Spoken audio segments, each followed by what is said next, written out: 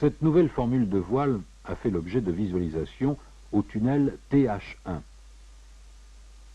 Elle complète les mesures faites en soufflerie par la CESIA et permettent une meilleure compréhension des phénomènes d'écoulement.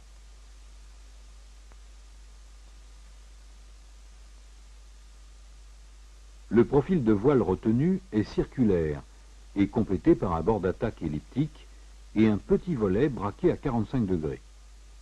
Ce mât, orientable suivant la direction du vent, comporte un secteur perforé au travers duquel est effectuée l'aspiration. En retardant le décollement de l'écoulement jusqu'aux incidences élevées, cette aspiration permet d'obtenir une force aérodynamique importante, dont la composante suivant l'axe du bateau est directement utilisable pour sa propulsion.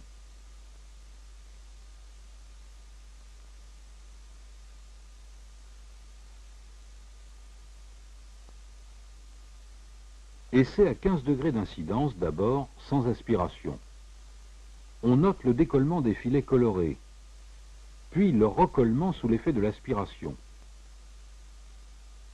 Ces filets visualisent les lignes de courant proches de l'extrado du modèle jusqu'à leur captation le long du secteur perforé sur l'arrondi arrière. Quand l'aspiration cesse, le décollement réapparaît. Même essai effectué avec des bulles d'air, d'abord en présence du large secteur décollé, observé à aspiration nulle, puis dans le cas d'une aspiration continue qui évite ce décollement prématuré et ne laisse subsister qu'un petit décollement résiduel du côté du volet.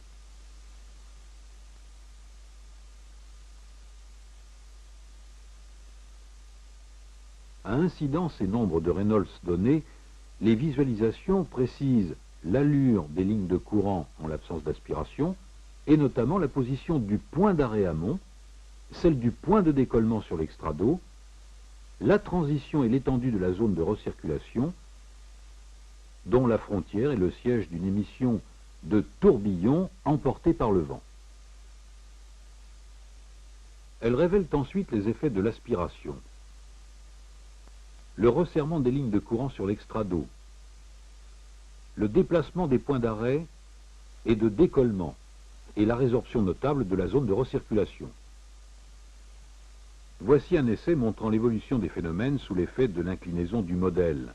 À incidence nulle, une aspiration modérée suffit pour réduire le décollement. Une mise en incidence à vitesse de courant et aspiration constante provoque le net déplacement vers l'aval du point d'arrêt, tout en continuant à éviter le décollement d'extrado, tout au moins jusqu'à une incidence pour laquelle l'aspiration effectuée s'avère insuffisante et l'écoulement décolle jusqu'au bord d'attaque. Dans ces conditions d'essai, il a été possible de déterminer la valeur critique du coefficient d'aspiration CQ nécessaire pour obtenir le recollement, ainsi que son évolution en fonction de l'incidence et du nombre de Reynolds. Il en est de même avec l'évolution du point d'arrêt.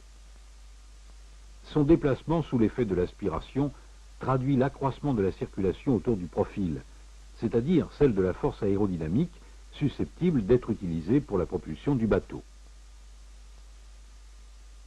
Un dernier essai effectué à 25 degrés d'incidence confirme l'influence de la vitesse V0, c'est-à-dire du nombre de Reynolds.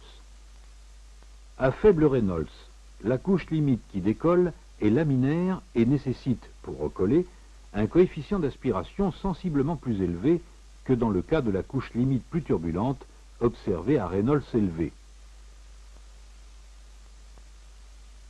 D'autre part, ces essais révèlent un net effet d'hystérésis.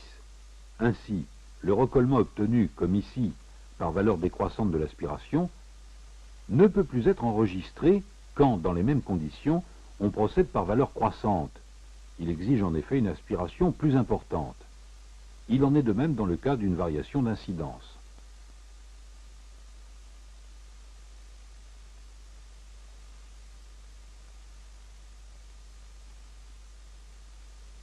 La connaissance du comportement de ce type de voile, que ces visualisations permettent d'acquérir, ne saurait remplacer celle que donne l'indispensable essai en mer. Le premier essai a été effectué sur le moulin à vent, piloté par l'équipe du commandant Cousteau dans les conditions réelles.